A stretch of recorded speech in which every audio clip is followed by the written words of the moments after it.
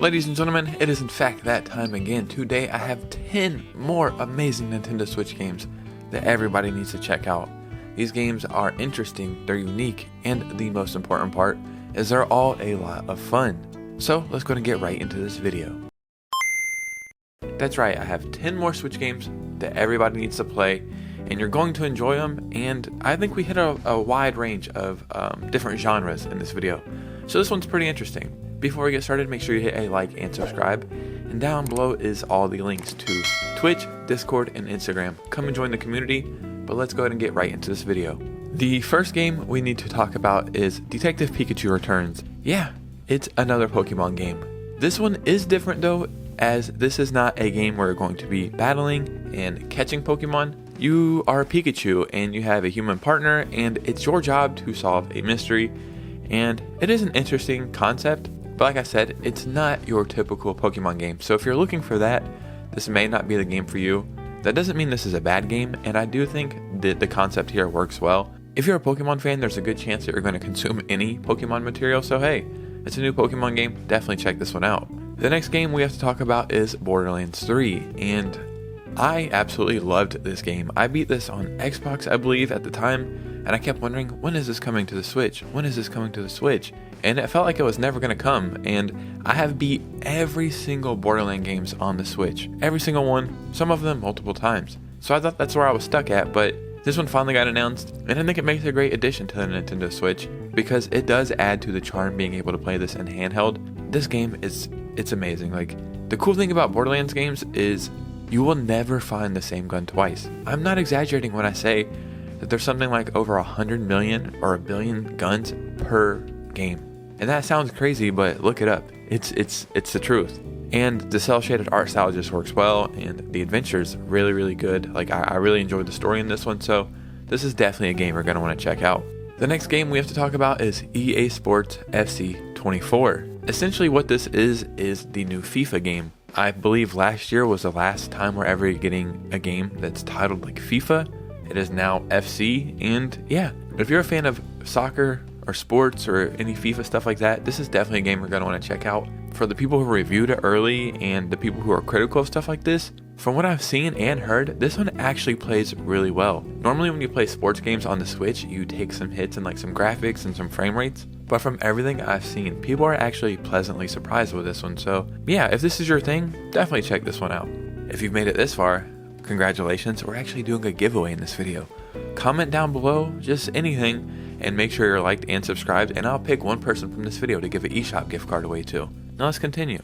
The next game we have to talk about is Disney Speedstorm, and essentially what this is Disney's answer to Mario Kart. But the strange thing is, I've been playing this game for a couple days now, and I don't get like the Mario Kart feeling. I'm not sure if you've ever played Crash Bandicoot Racing, but for some reason this game feels closer to that than it does Mario Kart. Regardless, this is actually a pretty decent game. I really enjoy the drifting and the boosting in this one, and the items are really cool as well, like the little power-ups you'll get. But the most important thing here is like the IP, and it's cool to be able to use all your favorite Disney characters.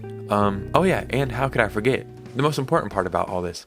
This game is absolutely free to play, so if this looks interesting to you, just try it out. It doesn't cost any money to start, and it's actually a pretty solid racing game. It really is. The next game we have to talk about is Mineko's Night Market. In this game, you'll play as Mineko, a curious girl who has just arrived at her new home on a struggling Japanese-inspired island at the base of Mount Fugu. The superstitious locals on the island worship the sun cat, Nico. What was always thought to be a long-told myth has the town puzzled, as sightings of Nico have begun to surface among the residents of the island in recent days. Discover the secrets behind the town and restore the struggling village to its former glory. This game it's a treat, man. It really is. This is a cool game that helps you celebrate and explore Japanese culture, and it does it in such an immersive way that you don't really understand like that's what they're trying to do. You just feel like you're playing a game. And yeah, dude, I understand. I need to learn some new vocabulary, but all I can say again is this game is charming. Definitely check this one out. So a game that took me by surprise when I played it, and I thought it wasn't going to be for me, is Captain Toad Treasure Tracker. This isn't a new game or anything, I just happened to get around to it a little bit later, and it's It's fantastic. This is like a spin-off of Super Mario 3D World, because in that game you have like these little quests, essentially play like a smaller version of this game, and I enjoyed it in that, so I was like, you know what, let me try it out. And it's a full fleshed out Toad adventure. It's a lot of fun. It's cool because you can't jump. You have to like manipulate the course and move around and shift some stuff to be able to beat each level. And it starts off simple enough, but as you play, it actually does get pretty difficult. It's crazy because once you beat this game, you're like, okay, that was a fun adventure. But then it starts off a whole nother game. So once you beat the main game, just know that you're halfway through. There's a whole nother game in there, and they do a damn good job of crafting out an adventure for you. So definitely check this one out. So the next game we have to talk about is kind of interesting, and it's called Coffee Talk. This game is peculiar because you don't really understand what is going on here. Coffee Talk is a coffee brewing and heart-to-heart talking simulator about listening to people's problems and helping them by serving a warm drink or two. So you work at a coffee shop and people will come in and they will tell you their problems and any difficulties they're facing, and you will help them navigate through these problems. And you think, okay, it's cool, it's a talking simulator, but one thing you don't realize is this game is super therapeutic, because by walking all these people through their difficulties and their problems, you're actually helping yourself self-reflect maybe on some stuff in your life that you didn't know you were facing, and now you'll be able to approach it in the proper way, and you'll be able to work through anything that's going on in your life. And I absolutely love games that kind of go outside the box, and this is a really neat game that I think definitely is worth checking out. The next game we have to talk about is Ni no Kuni 2 Revenant Kingdom. I absolutely loved the first Ni no Kuni game. It was such a treat, and again, it was just so charming. I love the graphics, I love the story, I love the gameplay. It was just such a solid RPG. It definitely left me wanting more, and yeah, now we have Ni no Kuni 2, and this is the perfect follow-up. The cool thing about this on the Switch is it's the Princess Edition, so this comes with all the DLC as well. Embark on this unforgettable adventure which blurs the line between animated feature film and video game. This game and the first one, they are truly works of art, and you'll appreciate the art style, the music, the gameplay. It's the perfect combination, the perfect recipe for a masterpiece. So this is an easily must-play game. Now let's talk about a game called Good Job. As a clumsy child of a CEO, you must climb the corporate ladder one office team puzzle at a time. Complete puzzles in multiple ways as you experiment with interactive environments. A projector can be wheeled gently through your electric door or captured through the wall. So toil or tumble your way to the top and make your father proud. Your job duties can vary from fixing the office internet connection to cleaning up experimental goo. But as long as you get the job done, you're one step closer to the executive suite. And yeah, it's just a really cool take on the genre.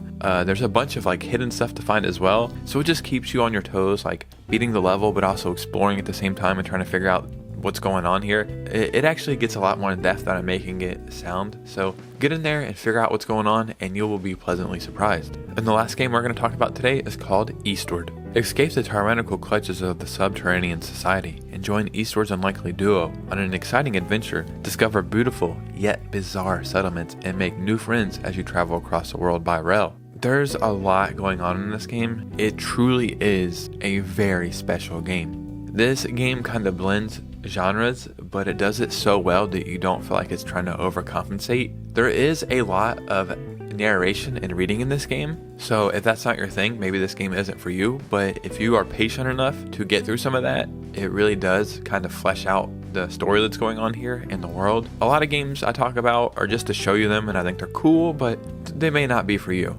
This is a game I absolutely 100% will recommend to anybody. I think this game is very special, and it's often on sale in the eShop. I think it's on sale right now for like $12. This is definitely an adventure that needs to be played. Ladies and gentlemen, there are 10 more must-play Switch games, at least in my opinion, and I think we covered a wide range of topics today, like a wide range of genres. So down below, let me know any of the games that look interesting, any games that I've missed. And remember, this is a series, so this is like part 15 or something, so if it wasn't in this video, there's a good chance it was in a previous one, but maybe not. So comment down below, and yeah, I'll pick somebody to give away an eShop gift card to. And also down below in the description is the links: Twitch, Discord, and Instagram. Come and join the community. I would love for you guys to be a part of it. But you guys know me. I'll see you soon with a new video. Peace out.